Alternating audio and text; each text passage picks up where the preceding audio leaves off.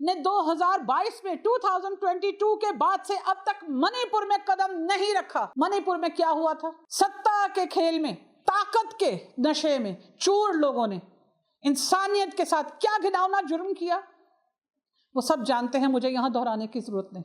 اور اگر سرحد پار سے میں نے دہرایا تو آپ سے مراد نفرت کے پجاری ناراض ہو جائیں گے۔ مجھے آپ کی ناراضگی کا بھی ڈر نہیں ہے، آپ ناراض ہوں نہ ہوں اس سے بھی مطلب نہیں ہے، لیکن مجھے دل آزاری نہیں کرنی۔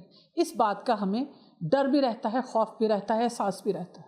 ہمارے لفظ آپ کے اوپر بم بن کر، ہتھیار بن کر یا تلوار بن کر نہیں گرنے چاہیے۔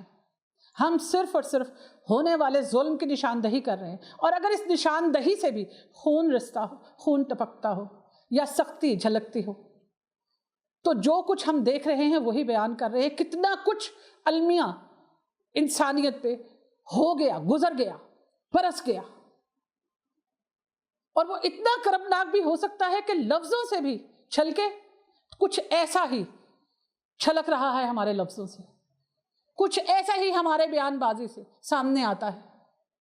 ہم برداشت کر کے، سینسرشپ کے دائرے میں رہ کے، سوشل میڈیا کی نزاکتوں کو اور قوانین کو مد نظر رکھ کر آپ سے بات کرتے ہیں اور ماسز کا نیریٹو آپ کے سامنے پیش کرتے ہیں۔ اس میں بھی اگر آپ کی دل آزاری ہوتی ہے تو ہوا کرے، کوئی پرواہ نہیں، سانچ کو آنچ نہیں۔ دوبارہ چلتے ہیں سیونی گھوش کے ان تاریخ ساز الفاظ کی طرف جو انہوں نے لوک سبھا کی تاریخ میں رقم کر دیے ہیں۔ یہ بیٹی، بھارت کی بیٹی کیا کھل کے بولی ہے؟ رودات سننے والا بھی ہندو، اور اگر انصاف پسند ہے تو انصاف دیجئے، اپنے لیے نہیں، منی پور کے لیے، مظلوموں کے لیے صدائے احتجاج بلند کی ہے اس بھارت کی بیٹی نے۔ سیونی گھوش کہتی ہیں کہ مودی جی نے 2022 کے بعد سے اب تک منی پور میں قدم نہیں رکھا، لیکن اس دوران 40 بار انہوں نے انٹرنیشنل وزٹس کیے ہیں اور 244 ڈومیسٹک وزٹس کیے ہیں۔ یہ ایک لائن اپنے اندر کئی سوالات کو سموئے ہوئے ہے۔ آپ سے پوچھا جا رہا ہے پردھان منتری جی دیجئے جواب۔ ہم تک یہ ویڈیوز پہنچ رہی ہیں، سوشل میڈیا پہ یہ حقائق موجود ہیں، اور آپ تک نہیں پہنچے، اور اگر پہنچے ہیں تو آپ منی پور کیوں نہیں پہنچے؟ 244 مرتبہ آپ بھارت کے اندر مختلف شہروں میں گھوم رہے ہیں، آپ منی پور کے دیکھنے کیوں نہیں گئے؟ منی پور کی سیر کو کیوں نہیں گئے؟ جنگلات کو جاتے ہیں، انسانوں سے بھرے جنگلوں میں بھی جائیے۔ 3 گھنٹے کے پوسٹ کارڈز کر رہے ہیں آپ، انٹرویوز دینے کی بجائے عوام کی رائے لیجئے، عوام پہ کیا گزر رہی ہے وہ سنیے، اس پہ بات کیجئے۔ 40 بین الاقوامی دورے، ایک دورہ منی پور کا نہیں۔ دوبارہ چلتے ہیں سیونی گھوش کے تاریخ ساز جملوں کی طرف۔ ابھی تو میں نے صرف ایک جملہ بیان کیا ہے۔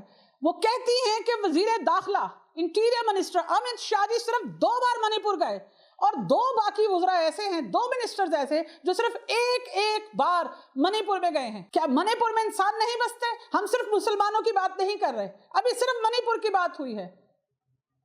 اور سیونی گھوش کی پوری تقریر میں سے صرف 4 لائنیں میں نے لی ہیں، اور یہ 4 لائنیں چیخ کے بتا رہی ہیں کہ بھارت میں مظلوم کس قدر بڑی تعداد میں سامنے آئے ہیں، ظلم کس قدر آگے بڑھ چکا ہے، فسادات نے عوام کا کیا حال کر دیا ہے، اور حکومت کیا کر رہی ہے، بھاجپا کی توجہ کس طرف ہے۔ دوبارہ چلتے ہیں سیونی گھوش کی طرف۔ لوک سبھا میں تقریر کرتے ہوئے سیونی گھوش کہتی ہے کہ بی جے پی کے صدر نے تو خود، بھاجپا کے پریزیڈنٹ نے، پارٹی صدر نے بھی منی پور کا دورہ نہیں کیا۔ کیوں؟ ستا، اقتدار میں اتنے مست ہیں آپ، آخر ہو کیا رہا ہے؟